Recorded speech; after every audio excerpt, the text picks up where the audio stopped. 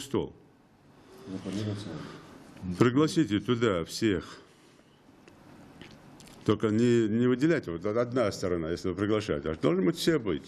В том числе вот те молодые ребята, которые якобы там, посадите их там наверху, там, где там, закидывать это все. Пусть там задают вопросы.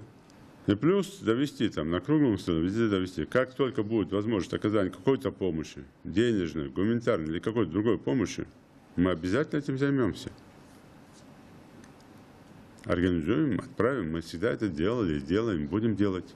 Даже тогда, когда у нас у самих сложности. Почему? Потому что когда нам было очень тяжело, нам тоже помогали. И Татарстан, и Казахстан, и другие, в том числе и субъекты регионов Российской Федерации, из-за границы, помогали нам.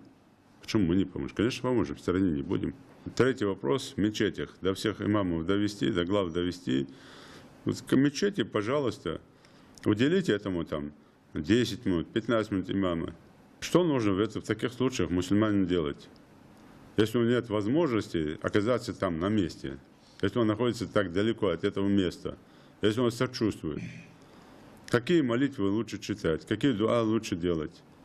То есть что должен мусульманин делать?